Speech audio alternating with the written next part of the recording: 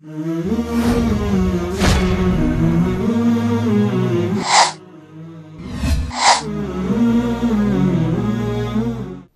علیکم ورحمۃ اللہ وبرکاتہ۔ پروگرام ذرا سوچیے کے ساتھ آپ کی خدمت میں حاضر ہوں۔ ناظرین، آج ذرا ہم سوچتے ہیں تاریخ سے ایک واقعہ لے کر، اور پھر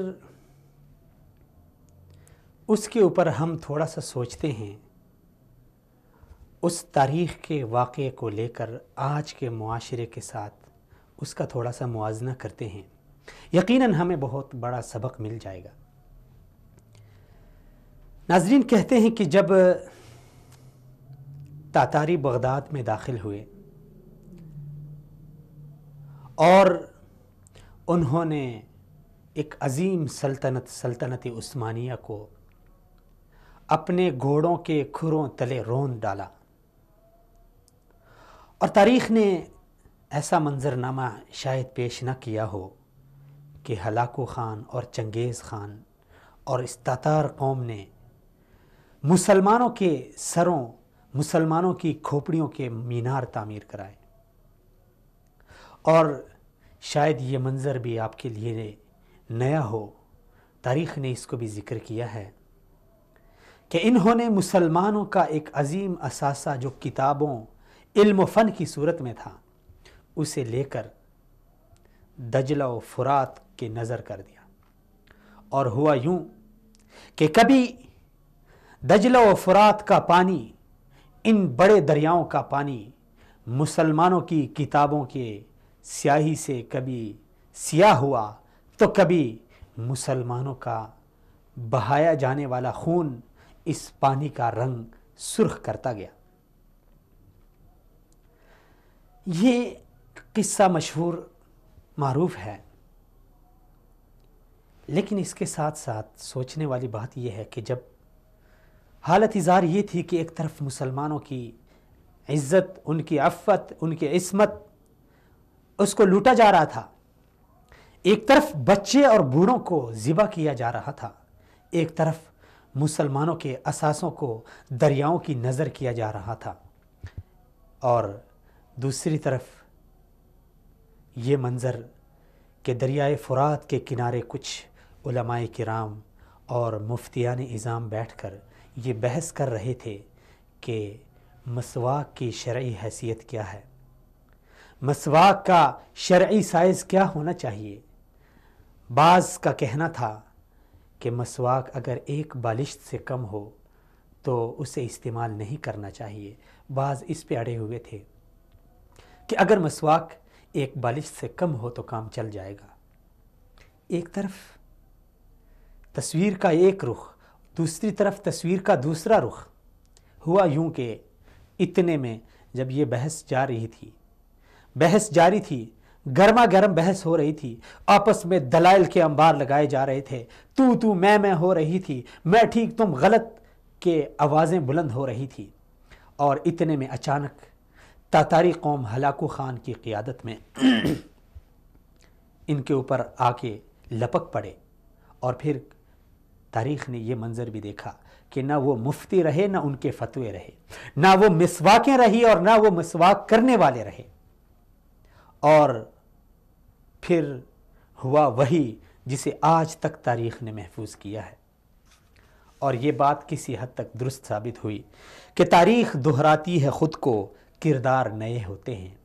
تاریخ دہراتی ہے خود کو، کردار نئے ہوتے ہیں، قصے پرانے ہوتے ہیں مگر انداز نئے ہوتے ہیں۔ قصے پرانے ہیں لیکن انداز آج کا ہم دیکھ لیتے ہیں۔ ایک طرف عالمی اسلام کی صورتحال ہے، ایک طرف مسلمانوں کی حالت ازار ہے، کہیں پہ مسلمان جل رہا ہے، کہیں پہ مسلمان کا جسم کاٹ کاٹ کے درندوں کے سامنے پھینکا جا رہا ہے، کہیں پہ مسلمان خون اور آگ کی لپیٹ میں ہے، کہیں پہ مسلمان کو بارود سے اڑایا جا رہا ہے، کہیں پہ مسلمان کی عزت، اس کی عصمت اور اس کی عفت کو تار تار کیا جا رہا ہے، چادر اور چار دیواری کی کا تقدس اسے پامال کیا جا رہا ہے، اور دوسری طرف ہمارا معاشرہ ہے کہ اس میں ہم نے اسلام کو تقسیم کر دیا ہے، ہم نے مدارس کو تقسیم کر دیا ہے، ہم نے مساجد کے اوپر فرقہ واریت اور مسلکیت کا لیبل لگا دیا ہے۔ جناب یہ مسجد اہل حدیثوں کی ہے، یہاں پہ کسی اور کا آنا منع ہے۔ جناب یہ مسجد دیوبندیوں کی ہے، یہاں پہ کوئی اور نماز نہیں پڑھ سکتا۔ جناب یہ مسجد بریلوی مکتبہ فکر کی ہے، یہاں پہ کوئی دیوبندی کوئی اہل حدیث نہیں آ سکتا۔ قصے پرانے ہوتے ہیں، کردار انداز نئے ہوتے ہیں۔ اگر آج کے حالات اور ماضی کے اس واقعے کے اوپر تھوڑا سا غور کریں اور ذرا سا سوچیں تو ہمیں یقیناً بہت کچھ مل سکتا ہے۔ عالم اسلام کن حالات سے دوچار ہے؟ ایسے حالات میں کسی بھی مسلم معاشرے میں ایک عالم دین کی کتنی قدر ہوتی ہے، اس کی کتنی اہمیت ہوتی ہے، یہ ہم سب جانتے ہیں۔ ہمارا معاشرہ دیکھ لیجئے، پاکستان میں بچے کی پیدائش سے لے کر اس کے جنازے تک سب کچھ مولوی صاحب نے کرنا ہوتا ہے۔ عدالتیں ہیں برائے نام، لیکن اگر طلاق کا کوئی مسئلہ آتا ہے تو لوگ مسجد کا رخ کرتے ہیں، گھریلو خاندانی جھگڑوں میں مسجد کا رخ کرتے ہیں، آپس میں لڑائیوں کی صورت میں مسجد اور مولانا صاحب کا رخ کرتے ہیں۔ یہ صرف اس لیے کہ معاشرے کے دلوں میں علماء کرام کی کتنی اہمیت ہے، کتنی قدر ہے۔ لیکن کاش کہ علماء کرام جو امت کی ان سے امیدیں وابستہ ہیں ان سے واقف ہوتے تو آج ہمیں یہ صورت دیکھنے کو نہ ملتی، آج ہمیں مسلمان متفق اور متحد نظر آتے۔ میں یہ یقین سے کہہ سکتا ہوں کہ اگر کسی بھی معاشرے میں علماء کرام مختلف مکاتب فکر، مختلف مسلکیت سے تعلق رکھنے والے اگر وہ متفق اور متحد ہو جائیں تو یقیناً معاشرے میں اتفاق کی صورت پیدا ہوگی، معاشرے میں اتحاد، اخوت اور محبت کی صورت پیدا ہوگی۔ اور جب کسی بھی جگہ، چاہے وہ ایک گھر ہی کیوں نہ ہو، چاہے وہ ایک محلہ ہی کیوں نہ ہو، ایک مسجد کیوں نہ ہو، اور میں تو یہاں تک کہوں کہ اگر وہ ایک کرکٹ کی ٹیم ہے، بہت کمزور ہے، لیکن اگر اس میں اتفاق اور اتحاد ہے تو اس کو کوئی نہیں ہرا سکتا۔ ایک قصہ ہے یا افسانہ ہے لیکن مشہور ہے۔ کہتے ہیں کہ ایک والد نے اپنے بیٹوں کے سامنے کچھ لکڑیاں پھینکی، لکڑیوں کا گٹڑا اس کو پھینکا، اس کو کھولا، اس میں سے ایک ایک لکڑی نکال کے ایک ایک بیٹے کو دے دی کہ اس کو توڑ دو۔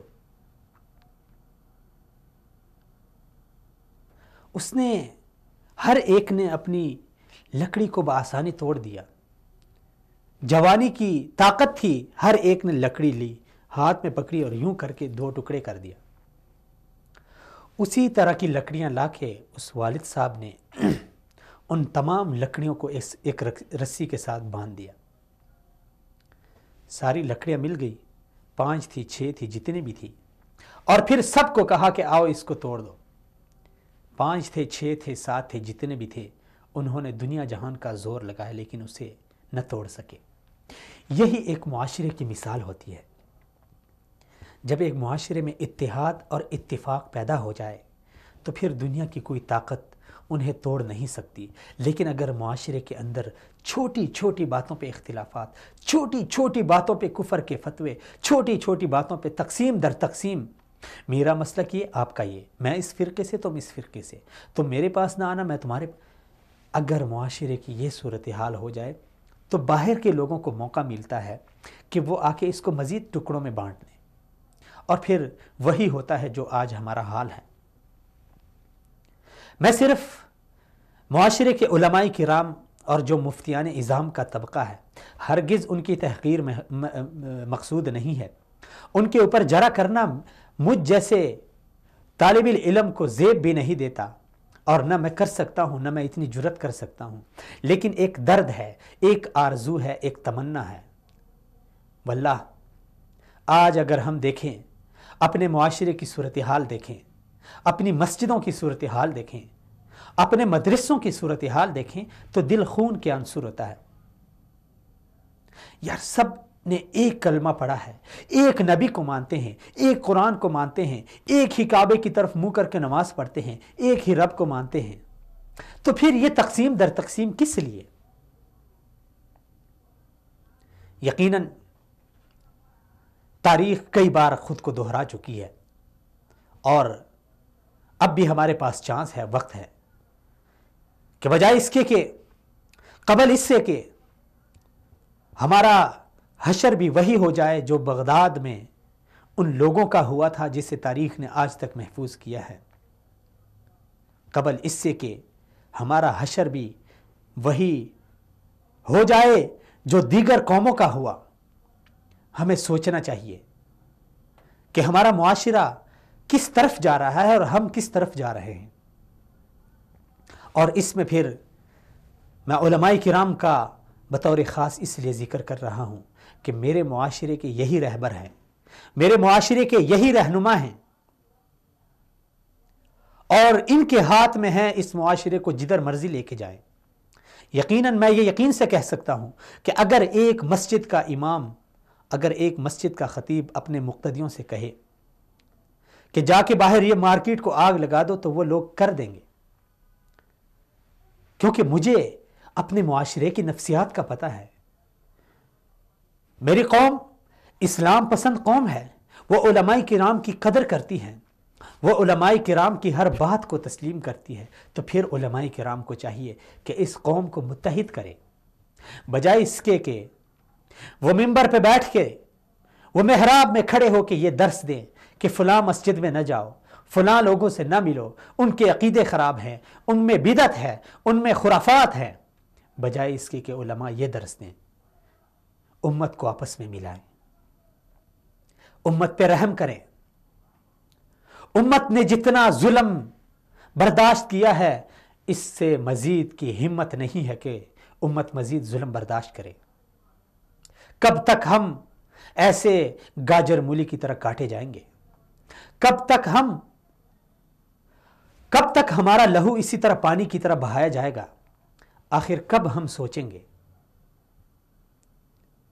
ایک پاکستان، اور ایک پاکستان میں کتنی قومیت، لسانیت، مذہبیت، مسلکیت اور وطنیت، قومیت، کتنی چیزوں نے ہمیں ٹکڑے ٹکڑے کر دیا۔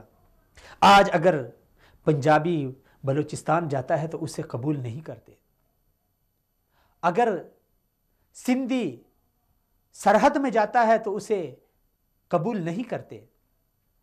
کیوں؟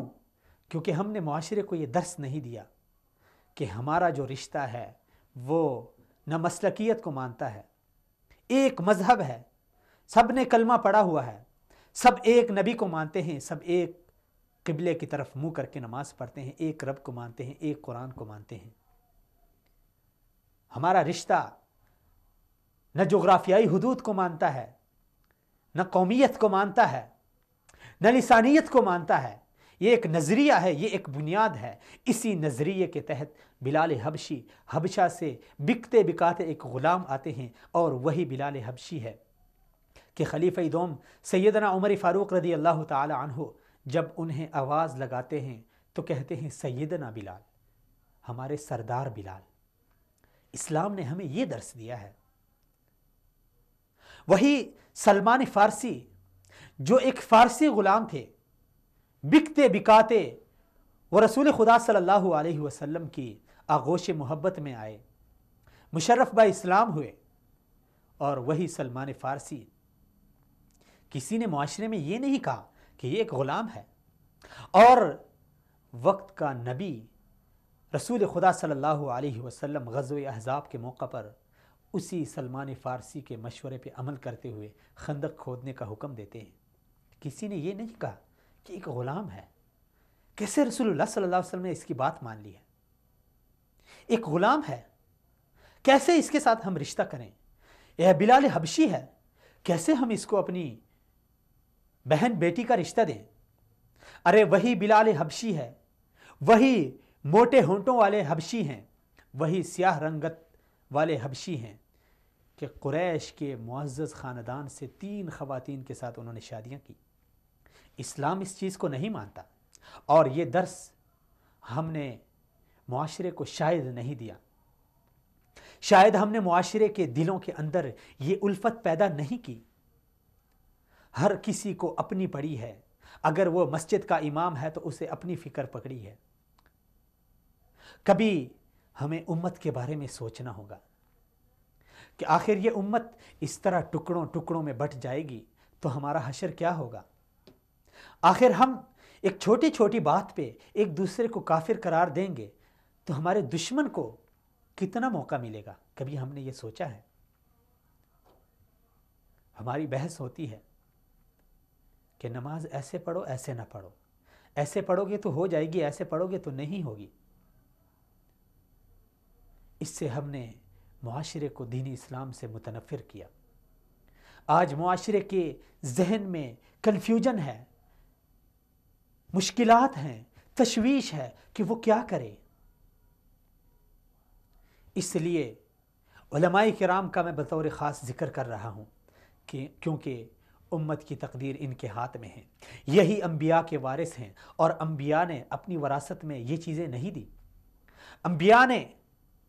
انبیاء کی تاریخ پڑھی جائے، انبیاء کا دور اور ان کا زمانہ پڑھا جائے، کیسے انہوں نے لوگوں کو آپس میں ملایا، کیسے انہوں نے محبتیں بانٹی، کیسے انہوں نے امت کو متحد اور متفق کیا۔ آج اگر ہم انبیاء کے وارث ہیں تو ہمیں اس وراثت کو صحیح طریقے سے استعمال کرنا ہوگا۔ بصورت دیگر اس امت کا جتنا بھی وبال ہے، اس کا جتنا بھی گناہ ہے، یہ ہمارے سر پڑ سکتا ہے۔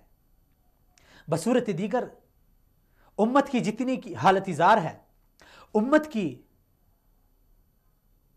اس حالت ازار کے ذمہ دار ہم ٹھہر سکتے ہیں، اور کل قیامت کے دن خدا ہم سے پوچھ سکتا ہے کہ میں نے تمہیں نبیوں کے وارث بنایا تھا، تم نے نبیوں کے طریقے پہ چلتے ہوئے کیا کیا؟ مسلکیت، قومیت، لسانیت ہمارے معاشرے کا ایک ناسور بن چکا ہے، اور اس کو، معاشرے کو اگر اس ناسور سے، اس جنگل سے، اس دلدل سے اگر کوئی نکال سکتا ہے تو وہ میرے معاشرے کے علماء کرام ہیں۔ واللہ اگر آج ہم دیکھتے ہیں سوشل میڈیا پہ کبھی ایک تصویر آتی ہے، 2 مسلک کے لوگ اگر متفق بیٹھے ہوں ایک تصویر میں صرف، تو یقیناً قسم سے میرے دل کو اتنی خوشی ہوتی ہے کہ یہ دیکھو یار، یہ ایک مکتبہ فکر سے، یہ دوسرے مکتبہ فکر سے آپس میں صرف بیٹھنے کی وجہ سے معاشرے کے دل میں الفت پیدا ہوتی ہے، محبت پیدا ہوتی ہے کہ یار ماشاءاللہ دیکھو یہ بھی ساتھ بیٹھے ہیں، یہ دونوں ساتھ بیٹھے ہیں، کتنے اچھے لگ رہے ہیں۔ جب اسی طرح معاشرے کو ایک تأثر ملے گا، ہم ایک سٹیج پہ اکٹھے بیٹھیں گے، ایک ممبر کے اوپر، یقیناً امت کا اختلاف اور رائے کا اختلاف، اس میں امت کے لیے آسانی ہے، لیکن اختلاف ہرگز اس کو اتنا نہ بڑھایا جائے کہ ہم ایک دوسرے کے اوپر مسجدوں کے دروازے بند کر دیں، مدارس کے داخلہ فارم کے اوپر ہم یہ لکھیں کہ اس مدرسے میں کوئی غیر مقلد یا کوئی مقلد اس میں داخل نہیں ہو سکتا۔ ہم تشنگان علم کے لیے علم کے دروازے بند کر دیں، اختلاف کیا جائے، تنقید کی جائے، رائے مختلف ہو سکتی ہے لیکن اس کے کچھ آداب ہوتے ہیں، کچھ اخلاقیات ہوتی ہے۔ آج سٹیج پہ کھڑے ہو کے ہم کسی کو یہودی کا ایجنٹ قرار دیں، کسی کو ہم یہودی قرار دیں، کسی کو ہم کافر قرار دیں، کسی کو ہم خارجی کہیں، کسی کو ہم تکفیری کہیں، تو مجھے بتایا جائے معاشرے کے ذہن میں کیا تاثر جائے گا؟ جب میں یہ بات کہوں گا میرے بہت سارے چاہنے والے ہوں گے، میں تو شاید اوپر سے یہ بات کہہ رہا ہوں، لیکن ان لوگوں کے دلوں میں یہ بات اتر جائے گی، اور ان کے دلوں میں ایک جذبہ امڑ آئے گا، ایک انتقامی جذبہ ہوگا کہ یار ہمارے لیڈر نے، ہمارے قائد نے فلاں کو یہودی کہا ہے، وہ یہودی ہے۔ اس لیے خدا را معاشرے کی حالت پہ رحم کیجیے، قبل اس سے کہ تاریخ پھر سے خود کو دہرائے۔ میرا تو جتنا خیال ہے کہ تاریخ کئی بار خود کو دہرا چکی ہے، لیکن شاید ہم نے اس سے کچھ سبق نہیں سیکھا۔ اسی لیے تو آج جہاں کہیں بھی مسلمان ہے وہ نشانے پر ہے۔ مجھے یہ بتایا جائے، اگر تمام مسلمان متفق ہو جائیں، متحد ہو جائیں، اپنے فروعی اختلافات کو پس پشت ڈال دیں، تو دنیا کی ایسی کوئی طاقت نہیں ہے جو مسلمان کے سامنے کھڑی ہو سکے، جو مسلمان کا مقابلہ کر سکے۔ لیکن افسوس کہ مسلمان خود متفق نہیں ہے، مسلمان کا لیڈر متفق نہیں ہے، مسلمان کا رہبر متفق نہیں ہے، تو معاشرے سے مجھے کیا شکوہ، مجھے عام لوگوں سے کیا شکوہ؟ اور پھر ہم روتے ہیں، شکوے کرتے ہیں کہ امت کی صورتحال ابتر ہے، امت کی صورتحال دن بدن بگڑتی جا رہی ہے۔ جب میں امت کی صورتحال بہتر کرنے میں اپنی ذمہ داری کا احساس نہیں کرتا تو پھر مجھے امت سے کیا شکوہ، مجھے معاشرے کے عام فرد سے کیا شکوہ؟ مجھے اللہ نے ایک مسند پہ بٹھا دیا ہے، مجھے منبر رسول کا منصب عطا کیا ہے، مجھے محراب میں لا کے کھڑا کیا ہے، اور میں اس محراب اور منبر کا غلط فائدہ اٹھا کر امت کو تقسیم کرنے کا کردار ادا کروں، تو یقیناً معاشرے میں اس سے بڑا مجرم کوئی بھی نہیں ہے۔ بظاہر دنیا کی زندگی تو وہ جی لے گا، جتنی بھی زندگی ہے وہ جی لے گا، موج مستی کے ساتھ جی لے گا، لیکن یقیناً اس تمام حالت اظہار کا اور اس انتشار اور افتراق کا ذمہ دار وہی ٹھہرے گا۔ اس لیے بطور خاص ہم سب کو لیکن بطور خاص علماء کرام کو اس حوالے سے سوچنا ہوگا، اور امت مزید اس دلدل میں پھنسنے کی اہمیت، امت مزید اس دلدل میں پھنسنے کی اس کے اندر اتنی سکت نہیں ہے، اس کے اندر اتنی ہمت نہیں ہے۔ اسی لیے خدا را امت کو اس دلدل سے نکالیے، امت کی حالت پہ رحم کیجیے۔ اللہ کریم سے دعا ہے کہ اللہ ہمیں سمجھنے کی توفیق عطا فرمائے۔ السلام علیکم ورحمۃ اللہ وبرکاتہ۔